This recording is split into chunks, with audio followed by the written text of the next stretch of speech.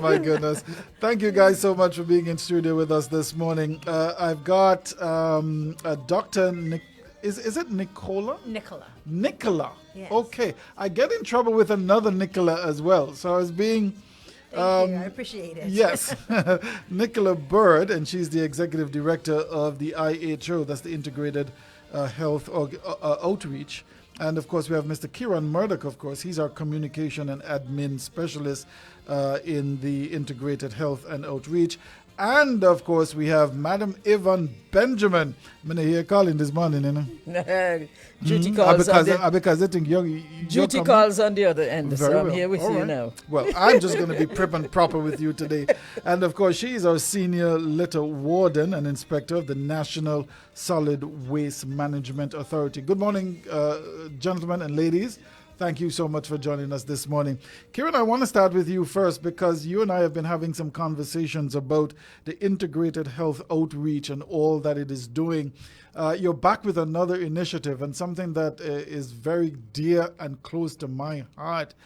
Nothing drives me mad more than when I'm driving through this beautiful country, the beautiful terrains of this country, the back roads, and somebody just decides, well, I ain't going down to the dump. It's too far, so I'm just going to just dump everything. I'm here. I'm very happy that the Integrated Health Outreach initiative is taking a closer look at this. Talk to me a little bit about this initiative. Well, it is a partnership, of course, as you would have alluded to, between Integrated Health Outreach and the National Solid Waste Management Authority, which is allowing us to recruit volunteers to serve as litter prevention wardens.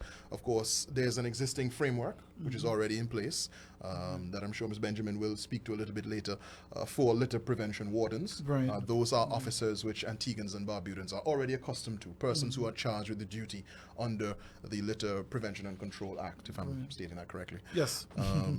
Of policing and enforcing anti-littering protocols and measures. And so the idea in terms of the collaboration between IHO and National Solid Waste is for us to allow volunteers to come forward to also serve in that capacity. Of course, we are looking for persons who will be dedicated.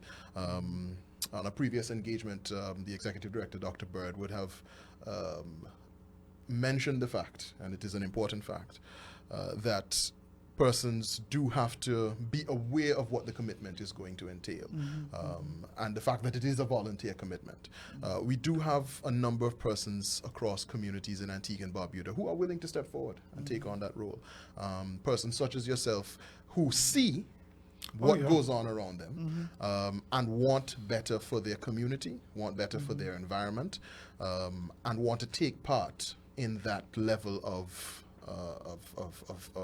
what's the word I'm looking for? Vigilance. Right. Yeah.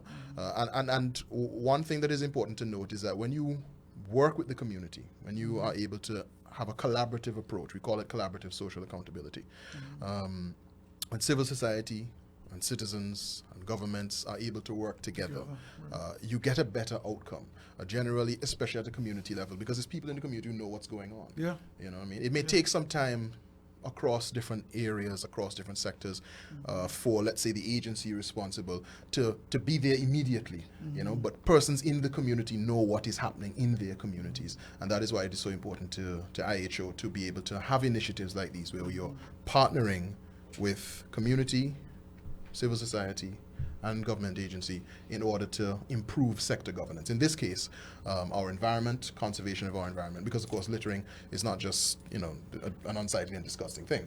Right. It impacts our environment. It does. And on the point of the environment, Nicola, I think I want to bring you in here. People would say, well, it's an old fridge, it's an old stove, it's boxes and crates that somebody just buy a new TV, buy a fridge, buy something, and they just dump it out. No, somebody will come. It does nothing to the environment. Talk to our listeners about just how ridiculous that is, and the cost, the long-term cost to not just the environment, not just to the scenic, but to the environment.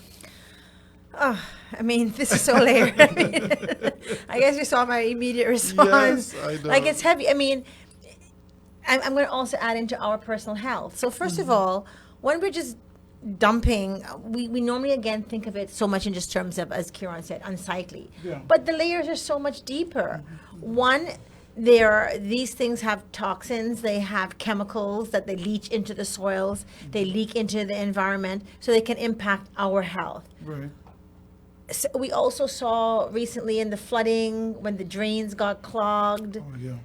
And so, when plastics decompose, they release chemicals, for instance. And so when you're just dumping and the leaching into the soil, to give you an example, which is not illegal dumping, mercury is heavily, you can find a lot, but mercury is a heavy metal that is very toxic too. Right. In cemeteries because of tooth fillings. Oh. They leach into the soil. So to give you so when you understand that, and nobody even thinks, like, you can't imagine that when you're burying someone and they're caught, the leaching from the cavities can have that impact. But that's an example of how much, when we're just dumping fridges, they come with, tubes with chemicals and The fluorescent tubes, so the bulbs. exactly. So that actually impacts our health. Yes, it's unsightly, and yes, it definitely impacts our environment in terms of conservation, our species. We know that when plastics get into the ocean, our marine life is impacted, and we're very, very vulnerable because of climate change, and our human behaviors like overfishing, and so we need to be extremely protective, even more so than ever in the past, of our environment. And so when I use the example all the time, and we've been using this, is that our own home, we don't dump in our home. Antiguans like to have their gardens. They like things look pretty. Don't get me started. Right? But we don't care. But and how can we not take our country, our whole island, as our home? You're not dumping in your backyard. Don't dump it somewhere else. Don't. And so, and we're going beyond just illegal dumping, but littering. Any act. Yeah.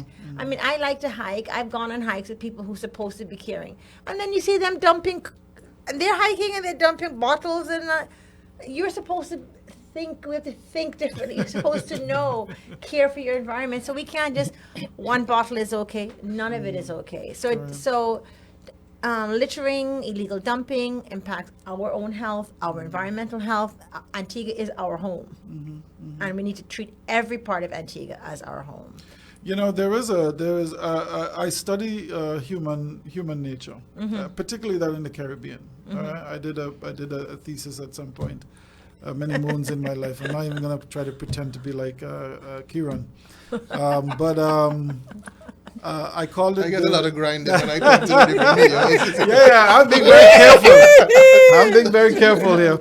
But looking at how we behave, if we don't see it, it doesn't affect us. Right? Exactly. Out of sight, out of mind. Out of sight, out of mind. We see it in crime. We see it in. We don't like not mind people business, except when the business really is not ours, and we want to mind it, right? Yeah. So we see people dumping. We see people. A classic example is people breaking your flowers. They break your flowers to plant in their yard. So they've just destroyed the base, the one thing that gave them that. And for us, it's just localized, and we think it's okay. Madam Benjamin, I know you are one of those stalwarts there at the National Solid Waste.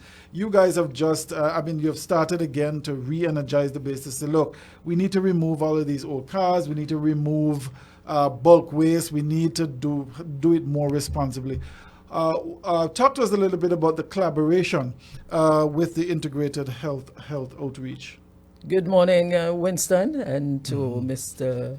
Engineer in house with us this morning, and to your listeners. She usually says my Saturday partner. I don't know why she's being prim and proper today, but go ahead. Okay. Giving you a hard time. Yes. The management and the Staff. board of directors All right. are very pleased to be partnering with the NGOs. We have the IHO and we have NSWMA. You know, it is very, very important because the littering in Antigua is cause for concern. And when you really go around, it is so much. The volume is bad. It's vast. I don't know if you have been on that road from SIDS. Oh, don't that talk they about were that. going through to Cedar Grove. I just went up there on Monday, drove to the back and saw a fresh dump. And I mean, it's going to be a very costly exercise on either side of the aisle, you know. And IHO is doing an excellent job. You know, we have the Fidges Creek community. They are very, very vigilant up there with their deliberations, and they don't make jokes. Once you hear that the neighborhood watch is very, very good up there. The solid waste under the directorship and leadership of Mrs. Indira James Henry, who is our general manager, is very pleased to be able to sit with with Dr. Bird, with Dr. Bird, to ensure that something happens. I can tell you Dr. Bird has been hitting on the door for some time, you know. But due to certain family-related matters with Mrs. Henry, it is now coming ashore. And I can guarantee you that Dr. Bird will get the very best from Miss Henry as it relates to the volunteer litter wardens. The volunteer litter wardens will have the same privileges like I may have and other litter wardens. Because the thing is, you have to ensure that you do the right thing, do the correct thing. You know how to approach an individual. If you figure that you are not able to stop an individual from doing what they did, and you're able to just video it, take a picture of it, you know what we say, picture speak 1,000 words. Yep. And hence the reason for us to really collaborate together. It is important, and we are thankful that IHO, through Dr. Nicola Bird, and Kieron. you know the big man Kieron, he really has a Big good man with the big hair. and the autonomy is good for him. You know, powerful young man. Yes, And he is. I can tell you, I enjoyed Monday morning. First time sitting with him in that sort of environment, being on ABS television, and he was very, very impactful. And I'm enjoying the team, the teamwork, and I am indeed grateful to Mrs. Indira James Henry, the general manager, for affording me the opportunity to sit with persons in this capacity. Right. You know, they say that pictures speak 1,000 words, but live streaming is a lifetime. Oh, yes. And I think that social media is going to have to be an integral part. I'm going to come back to Kieron because I want you to talk to me a little bit about that. One of the major challenges that we have in this country is something called culture. And I think one of these days you and I are going to have to sit down and talk to the Antigua people about culture. Culture can be good and it can be devastating. On the devastating side, littering is a devastating culture. We just do it because if I work for somebody else, we do. It's just how we do it. That's the thinking. The community working together with solid waste and the NGOs, those three areas are three important and critical components. Talk to me a little bit, Kieron, of how that is going to work. How are you going to position the IHO, which is the project lead here, the community, and then of course you have solid waste? Well, the roles, if you look at them, the role for the IHO is in terms of reaching out to the community, sensitizing the community about the issue, and letting them become aware of this opportunity that is being provided through collaboration with solid waste. And we bring those persons on board into IHO. And those persons who come on board will also be part of other IHO activities. We have a broad range of activities under different projects within this same bracket that deal with conservation. For instance, those persons who join will also have the opportunity to work along with the IHO Nature Rangers, which is something I think we discussed. Yes, we discussed that earlier, last time. Yes. to work on other initiatives. And so our role in terms of being a civil society organization is to recruit persons, make them aware of the opportunity, and of course we bring them in. Solid Waste will be doing a training, an orientation, and then there'll be a period of training before persons are ultimately appointed and are given the power to execute their tasks. And then, of course, we will continue to work with and liaise with individuals in terms of the work that they're doing, the challenges they're facing, and of course, with solid waste, because ultimately, if you're a litter prevention warden, you report to solid waste. Right. That is where we provide that level of connecting the community to the agency and making sure that there's that cohesion. In terms of the actual ability to sign up, I just want to let persons know that if you just visit the IHO Facebook page, if you just go on Facebook and type in Integrated Health Outreach, you'll see the post pinned to our top of the page with the sign up link. You can just click that sign up link. You can read a bit more about it and you can sign up. Or even if you just go on Google and you just type volunteer litter prevention wardens, the link has been published on a number of news sites. In terms of a release that we would have sent out, so that if you click the first hit you get, you may get any of the different news sites in Antigua and Barbuda, and you will get access to that link. Even if you, right now, if you go on Google and you just search volunteer litter wardens, you type it in your search bar, you'll get a hit, and once you click on it and you read a bit, you will see that sign up link. And as I said, you can just go to our Facebook page. And I'll give out the IHO number just a little bit later, so that if you want a message and you can have the link sent to you directly, you can do that as well. But you spoke a little bit about the need to change culture, and that is so important.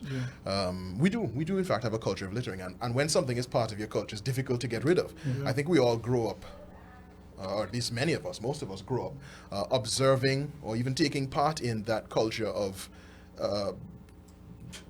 shoving aside something that you don't want to be in your space. You know, so you acknowledge that it's rubbish. Yes. But you don't want it in Just your don't space. want it in my space. You know what I mean? And we have that culture in terms of how we deal with trash, bulk trash. Well, I shouldn't even just say bulk trash. We have that culture in terms of how we deal with bags. You see people just dump bags of regular garbage, regular garbage that could be picked up on any one of the pickup days. Then they just find somewhere to just abandon it, and you think to yourself, but why? I mean, they would have picked it up if you just, you know what I mean? And then, of course, there's the bulk waste issue. And then, of course, one thing I find that, which is also part of this culture, is the dumping of deceased animals. It's quite a cultural thing that you okay, so you have a pet, and let's say the pet has passed. Before you call a number and you try to get something sorted out, you put that pet in the back of something, you drive out somewhere and toss it out. Exactly. And the thing is that part of the focus for this activity has been on the NSWMA, which is the Northeast Marine Management Area, similar to the other activity we discussed when we were talking about the Nature Rangers. And the reason for that, of course, is it is a ecologically protected area. It has mangroves. On the seaside, we're talking about reefs, seagrass, and a number of species which are, you know, unique to the region, unique to Antigua and Barbuda, and worthy of preservation and protection, not just for the sake of it, but for the services, the ecological services that we as human beings receive from maintaining this habitat and this environment. I mean, you'd be shocked at the difference it makes when you upset that balance. When you remove so much vegetation, you remove mangroves, you remove reefs, and all of a sudden your fisheries is in disarray. All of a sudden your ability to weather storms is in disarray. All of a sudden so many different things are going wrong and you never thought about it. But it's because you did not take the time to understand the services and benefit that you are getting from this sensitive ecological space and the need to preserve it. So we are looking for persons from communities within that space. But this, of course, is as well a national appeal. It doesn't matter what part of Antigua Barbuda from, you can sign up and you'll be able to participate. Somebody will reach out to you ultimately once we are drawing down. The deadline is the 18th? Yes, Friday the 18th. So as we approach the deadline, we'll be reaching out consistently to persons who sign up to let them know, you know, thank you for registering, and this is what process is going to be like, so that they can ultimately do the first step, which is that orientation with solid waste, which is going to take place, I believe it is the week of the 21st of October. Yeah, so we're moving ahead with steam. But I come back to the issue of culture very quickly. It's difficult to change culture, but you have to start somewhere. Of course. And just quickly adding, but the good news is that culture changes all the time. Culture is not set in stone; it's always evolving.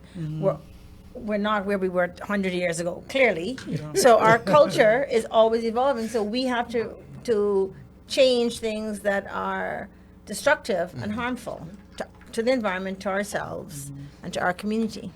Yeah, Yes. we're gonna. I'm sorry. I'm gonna go right ahead. Yes, Go ahead. and as we go along, I think we need to do some more of this, like reaching the people. We Yes. need to educate our people, and I do believe too that there's a need to get back into the schools. Once upon a time, I used to be in various schools going around to really speak to the children, because they too do some real littering.